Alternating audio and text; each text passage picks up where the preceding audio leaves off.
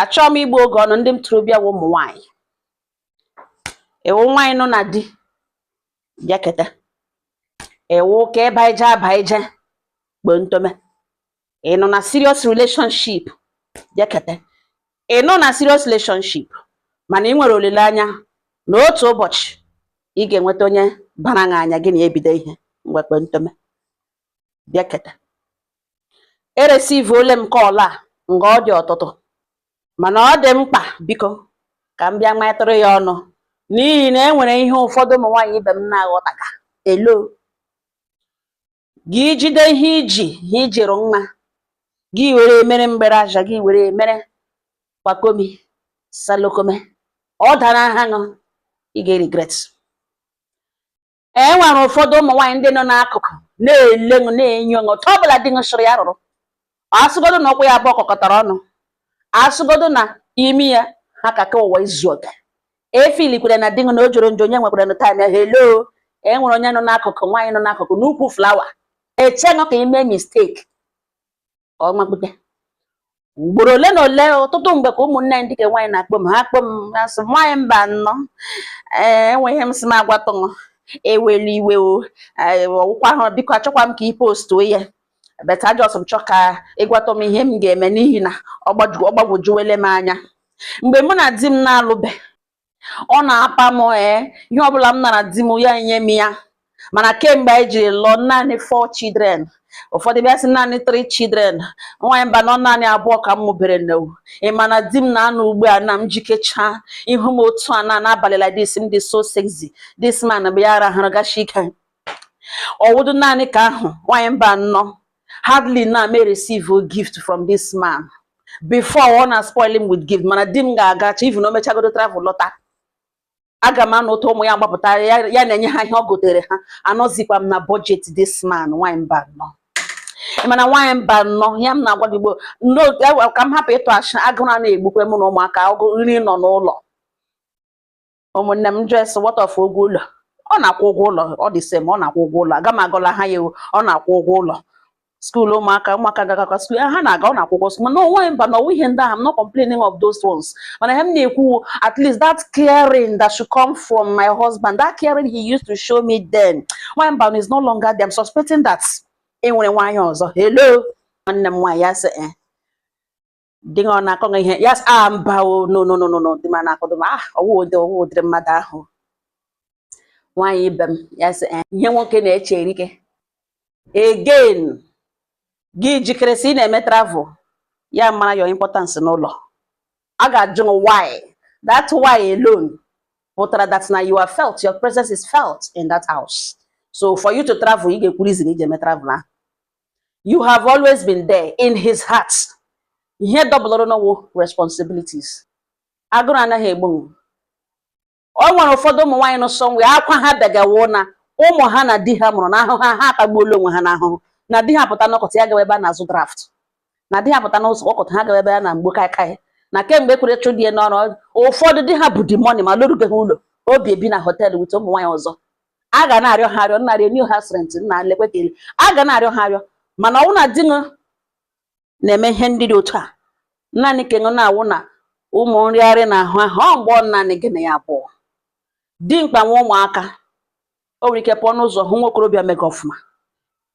ya ele nwa ahụ hụ effort nna ya mere nwa ya ji rute n'ụdị ahụ ya ghọta responsibilities chere n'ihu o nwere ike hụ ya ụmụ okorobịa gbaga bọọlụ nwoke na-apụta ya hụ young boys mega ọfụma ya emenwe imagine ọ gịnị ka a ga-eme ka nwa ya nọrọ n'ọnọdụ ihe nwoke na-eche erike mana ikwuru that na oji ụmụ gịnị abụọ mụrụ egwu enwere ụfọdụ ụmụ nwaanyị rịọga for attention di ha na ha chọga support ụfọdụ apụrụ na di ha gaa court wetewe child support ọ ihe kwere ga court mana di mmegi ya is there for your children is there for you ọ garacha ya lọta nri anaghị agụrụ anaghị agụ gị na ụmụ hello nwee ndidi ihe nọ the same man na alụ ọkwa na only thing the difference gịnị responsibilities are double up ụmụaka abatala gịnị ya abụọ kpaka isi ọ ga-adị mma ịnụ now gee m ntị ọfụma ụmụnne m ka mgbuja ya n'elu tebụl ka ọ nọghọta ụdị ka kọl receive ole m ya wewe from ụfọdụ ụmụnne anyị dịka nwaanyị ụfọdụ bịa ha ga-epreziwe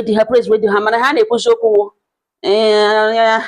mgbe hello ngwa bịa keta Ọwụrụ na ịnwe nwaanyị nọ nga na toruo ntị ala before ihe nga-awuo ihe onye ọzọ. Out of the 100% of men enwere na 40% agbaala ara. 40 wụ ndị ṅụrụ ihe ọṅụṅụ gbana goof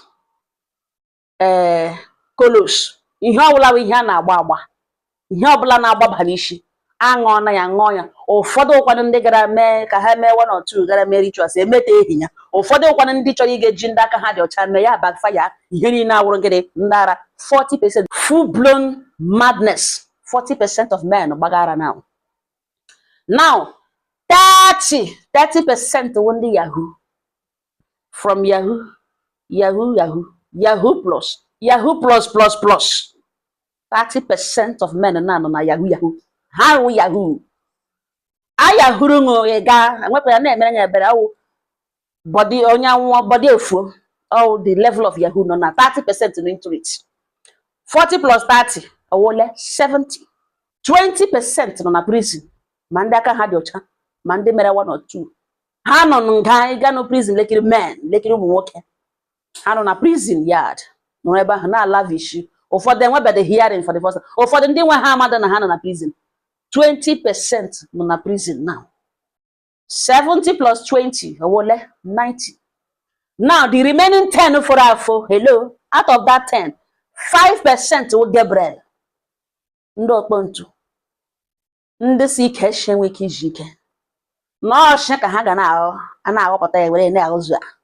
Ndị na-akụ gwụgwụ, ndị kpoja kpoja, ndị okpontu, block to block, iron to iron, ọkpọkpọ to ọkpọkpọ. Hello. 5 fọrọ afọ wo good men. Hello. Nwoke na-akụ nwunye ihe. O ji nwaanyị o ji ụmụ. Everyday ya garacha ya lo. Agụrụ na-egbu ezinụlọ ya. Ọkwụgwọ ụgwọ ụlọ na-ere new rent ya. Akwụ ụgwọ skuul ụmụ ya. Ikekwa mepere business o nwere one way or the other imege nwere nwa business ichi na support rụ. Mana di nga garacha ya elo. Gị na ya bi n'ụlọ dịka di ihe kpe di nga ya aza. Ọ lụrụ ngote nwoke na-eshi alụ nwaanyị. Hello. Ma ọkwa gị na ya nọ na serious relationship. Ọ na ọhụrụ n'anya ọ na-eledo elenganya n'ihu. Madam Nwagbo Obioma jishie ka iji ike. Hello, ụmụ nwoke agwụla. Jishie ha ike adịghị very few. Jishie ya ike. Apụtala gị na akpọ papa Emeka. Enwekwa ego nga. Ke enwekwa ego nga ofe shiri kemgbe 2 days ọ gwụkwala. Ọ wụ ofe ahụ ihe. Gị gwa ya okwu gị na-agwa ya okwu. No. Oge mgbe ahụ agala. Gị chikpe gị kpọ ya ezi aha ga-atọ ya ụtọ na ntị ahụ ọ ga-awụ jide handle door chọọ imepe ya nọ that name ya ewepụta aka ịtọ nọ lenụ. Yom. Hey, wait, sweetheart. Ya tono. Iza. Kisi ya obere gom jinga. Enwo diko fem chọrọ ishi ka ọ la satụrụ anyị. Biko ji me enough money. I ga enwe n'ofe ka me shofe. Ịmere na like ihe olulu. Ọ ị na like ihe. Gị kwuo ihe ahụ na like. Ama like ishite ya. And the worst part ụmụ bịara ibute chanụ. Ihe unu like ihe olulu. Unu like rice. Like stew. Unu like beans. Achọrọ m ishite ya. Ọ gbadara ka anyị nwere agwụla. Last of all ya ka riri n'abalị. Kama like ishofe. And what you gonna share? Yeah, what that's na ya. How guys using okay, don't worry. Mrute, I'm a merengo transfer. Or ngwa gebere ote ge werego. Or ngwa don't worry. Kai choha hurulie tomorrow is share. Or when he ego merena. Ngwa Wednesday kai choha hota karia weekend. Nyenge to gishi tezi bofe. Akọrọ egero. Ge woro nwa agbọbịa. Onye gị na-emege ihe awụ nne ngo awụ nna ngo awụ nwanne ngo. And what unu should relate? Our mara kono na mara. Don't turn relationship to marriage yet. Or marriage. The essence of relationship we mama or gadaba. Ye check ye me when compatibility before kwa haduja hada. Will you marry me? Managi no stop claiming some things in our yet. On freedom of movement. Be the best that you can. Act on another relationship to a prison yard or give water. When in a questioning, you question yesterday. I from getting 3 missed calls yesterday. Why didn't you pick my call? Because you were with someone else. No, no. Like I don't get it. What do you mean? Hello, get on not to justice. Apomagadike. Ya one when no defend the go away. Ya look at one when no defend the go away. Give one just akata go make. Only at all no a relationship. When they get there, or phone ya be so this. See here na rotate in a relationship. How much more marriage? Or job?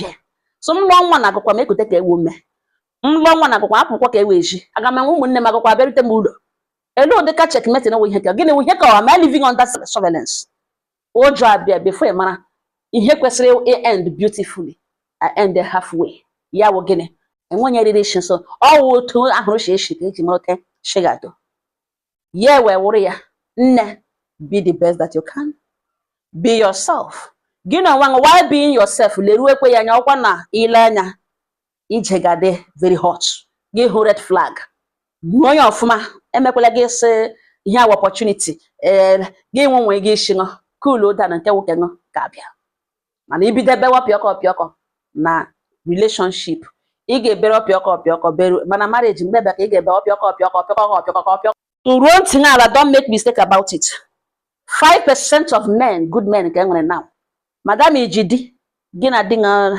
jisie ka iji ọfụma sọpụrụ di ji ịhụnanya ahụrịa wee gị leruo ya anya mara ihe meghe ya ahụ otu akwa ka anya ka ị ga-anọ n'ahụ mara mgbe o nidiri attention mara mgbe o nidiri space ahụhụ gị atụpụrụla ya ọnụ mara mgbe o nidiri space a kind of ọchị ihi ụra hapụta ya n'elu bed ka o hie ụra mgbe niile awụhụ ịrịarị mmadụ n'ahụ ka egwu ejighị kwakịrịkwa eme pilo ọwụ ihe pụga nwoke n'ahụ enwere ndị ihe ga-apụ n'ahụ ha kwa otu bifo ha erijuo ha akpa sukrutum ha agbajuo ha ya eteki ihe days ụfọdụ na-eteki weeks ọ pụta na ọwụhụ nwoke ọ pụtahụ na ọ gaghị ọ na-adị ha active ọ pụtahụ na ọwụ weekly ọ nweghị ihe o mere ọ wotechi eshike ya ere ya gbapụga mmanụ na njin bifo ọzọ erifil ịgbajuo nke agụrụ ịbịa mekwa ọzọ ya eteketụ days teketụ enwekwara na ndị webụbụ mgba agbụ ọ na-agbapụ ọzọ na-agbaju mgbe niile erifili ha a na-erifili mara nke onye gị na-ebi na-achọ ọwụghị mgbe niile nwoke na-echegheri ya mkpa gị ga-eyiri peteri na-agagharị ya n'ihu ndụ ya ebild ha taa ihe ara ndụ kwakịrịkwa mara mgbe ọ dị necessary mara mgbe a kwesịrị iche ihe bara uru for the family ihe niile awụcha ahụ bịa rịa m elu mara mgbe nwoke ji uche enwe ihe na bọda ya ị gaghị mmadụ a na-eji ihu na obiọma eme kwakịrịkwa nwoke enwe ihe na bọda ya burugodo ụzọ find ya emotional state ya mara ma enwe ihe ochege dị ya mkpa mara ma enwe ihe erighị eri n'ahụ ọwụ nwoke nọ na-eche biznes ya eche onye ji ụgwọ toche rikọva ụgwọ eji ya ọwụ ndị o ji ụgwọ ọ ga-esi mewa n'ọtụkwa ụgwọ ji gị makpeo n'ime mmụlọ ga asa ahụ yiri peteri na-agagharị ya n'ihu mgbe ị garịgidere ikekwe ihe echiche riele ya isi gị filie na ebe ochi ọrịala nwaanyị ọzọ elu ọ gbachicha na ihe niile ebe ahụ na-enwezi ihe ịwụrịa na edizi ha apilin na ịma otu oshi mgbe unu bidoro na ịma dis ịma dat that means na ọ gbawala na-eji ele nwaanyị ọma ọgbaga ahụ na-eji enwe ihe dị iche mgbe a nọ na relationship na mgbe a nọ na marriage abata na marriage o belivuru na ịwụọla part of him abata na marriage enwe ihe ọzọ da na-ele anya mgbe na ọ na-nwetabeghị ọ na-atụghatabeghị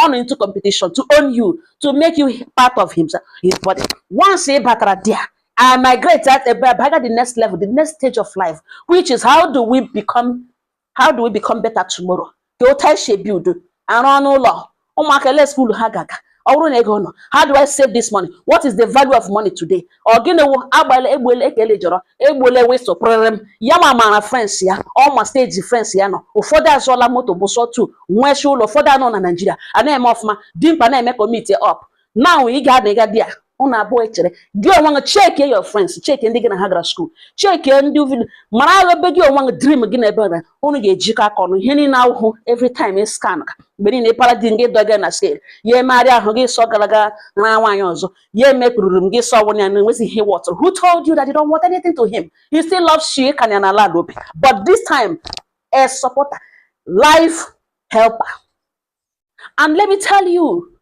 gị lụta di na ehi ụra every night on n'elu every night on any day buru lakpa na eme travel you should be worried ị kwesịrị dị worried ịrịawa ahụ ị kwesịrị dị worried na this man dị ihe na-alụ ịmara ya asị alaba ọ na-ehi ụra n'elu bed ọ bụbụbụmgba n'ime eme travel you should be worried gị ịrịawa ahụ you should be worried ihe ọbụla mere na ịdịghị available ịgbanụ ka nwamkpi you should be available because chie otu a ka esiri ka ihe datina ị kwesịrị ịjụ onwe gị onye ka ya na tem na-adịghị available yesterday onye ka ọ nọ n'elu because you should know him nọ na-ehi ụra gị nweta ka ahụ ga-anọ maybe occasionally nwere ike ụfọdụ ụmụ nwoke ihe na-akpalite ahụ ha wụ gịnị ha dị happy ị ga-ahụ ka zụrụ ahịa ego abata ahịa ụbọchị ahụ mara mma pịam ya si nwunye ngwa ụfọdụ ihe a na-eme wite obiọma mana nwoke dị worried na-enye ha datara ụzọ ha na-achọ biko lebe nọ na ya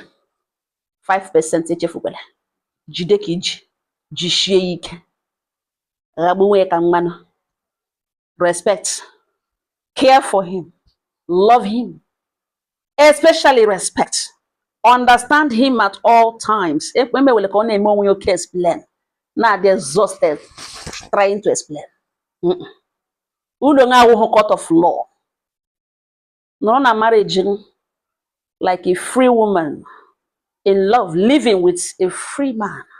Ekwela ka nwoke cheta ilu ụlọ obi agba ya n'afọ ugbu.